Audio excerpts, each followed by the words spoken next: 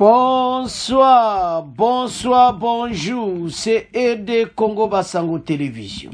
Comme toujours avant de commencer notre émission, nous disons merci à Dieu.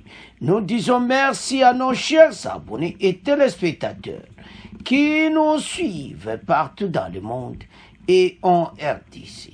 Bande Konanga, soyez les bienvenus. À la une, chers téléspectateurs, Bandeko, on va parler sur l'opération conjointe FARDC la MONUSCO, Springbok en marche. Bandeko, MONUSCO à la Mouki, à Monique, tout ça la masolo ensemble contre M23. Alors, politiquement, ce qui est à la dossier, Bandeko. Et ça n'est nini. Est-ce que vraiment MONUSCO, pourquoi il y a kondima kakala tanguyu? Pourquoi pendant Kalawana, bazalaki les 1-23 autres tchatcha pour récupérer, pourquoi ça la qui a monté? C'est ça que nous devons raisonner d'abord. Tout le monde a clarté. MONUSCO avant d'embarquer sur plus de 25 ans. En 2014, basalaki opération Yandenge Wana contre le 1-23. Et ça qui est direct. Mais pourquoi si Koyo baeko django na dernière minute tant que komi côté masoli komi côté asuka?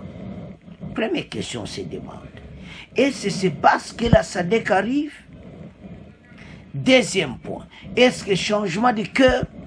Est-ce que vraiment sa bonne volonté pour la battre?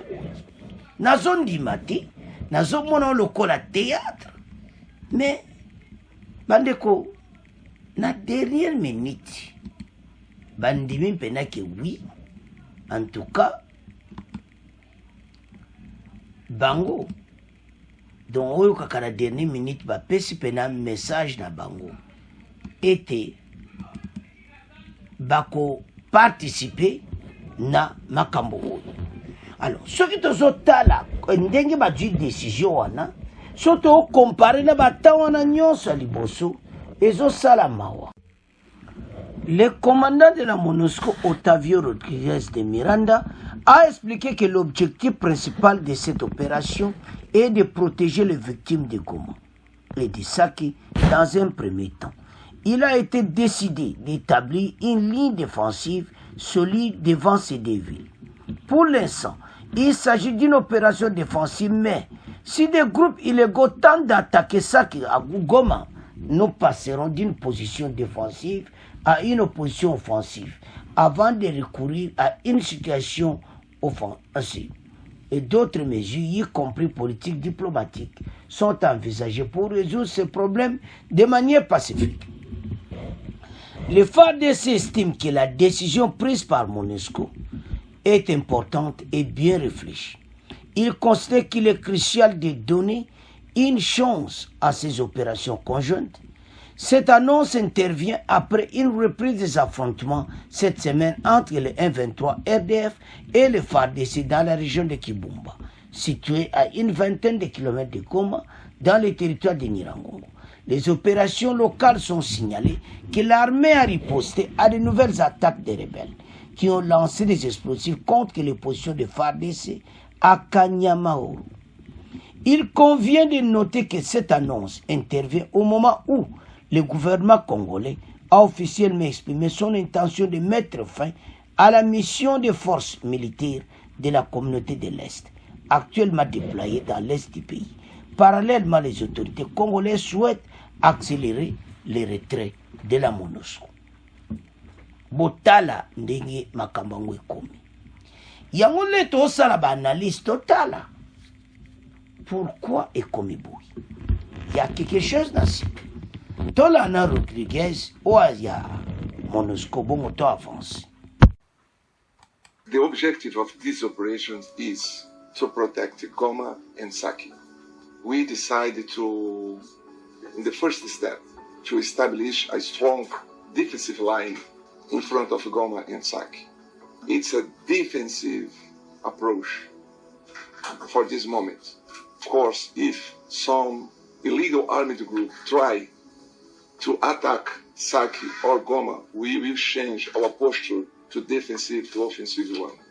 But about an offensive operation conducted by FRDC against M23 in this case, we have to talk about that and we have to plan it because, as you know, we have many other measures on the table, political one, diplomatic one, try to solve this problem in a peaceful way. Les forces armées de la République démocratique du Congo estiment que la décision prise par la MONUSCO est une décision vraiment importante, mais aussi réfléchie. Il est important, très important, que nous puissions donner une chance à la réussite de ces opérations conjointes.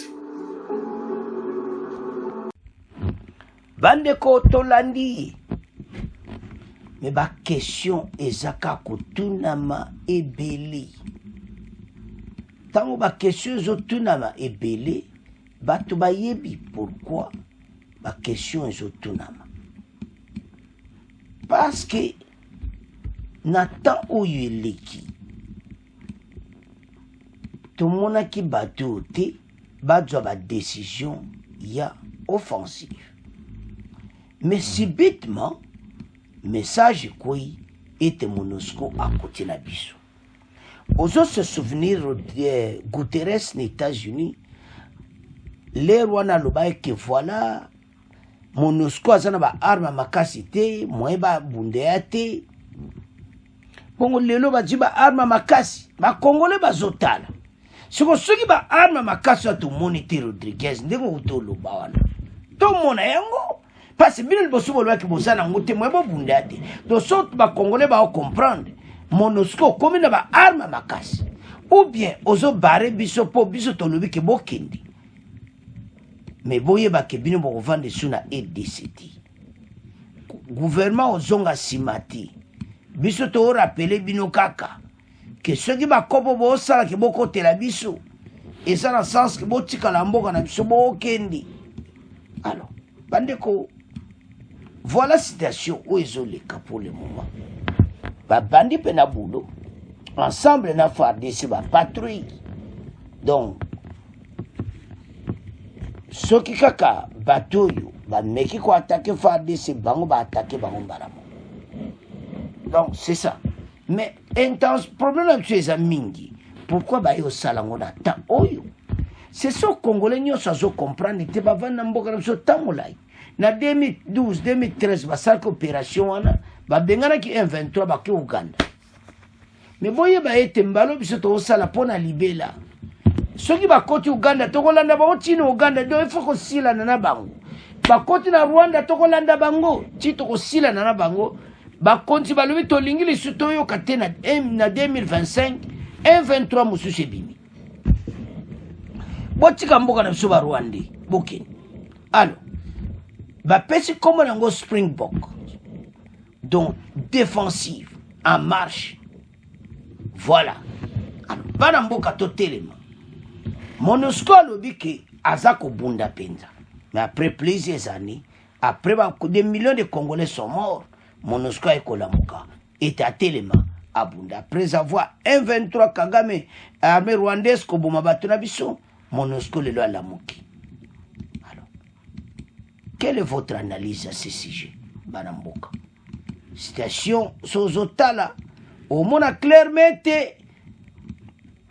ba Congolais bele ba sepelate. Pourquoi kakanatan pourquoi kalawana après de plusieurs morts MONUSCO ikolamuka à soutenir biso yango question oyo to développer ensemble une mission oyo parce que trop c'est trop ba Congolais ezo sala bango bien te bazana besoin que ma campagne donc et si là biso tous en boka na biso to récupérer ba territoire au bas ba to ba occuper mais l'autre senga na MONUSCO ba sala ngona ndenga ya motema moko monsieur za bloka sima beaucoup vivre. Alors bana mboka bo continuer ko s'abonner massivement na RD Congo Basango. Au revoir, à la prochaine.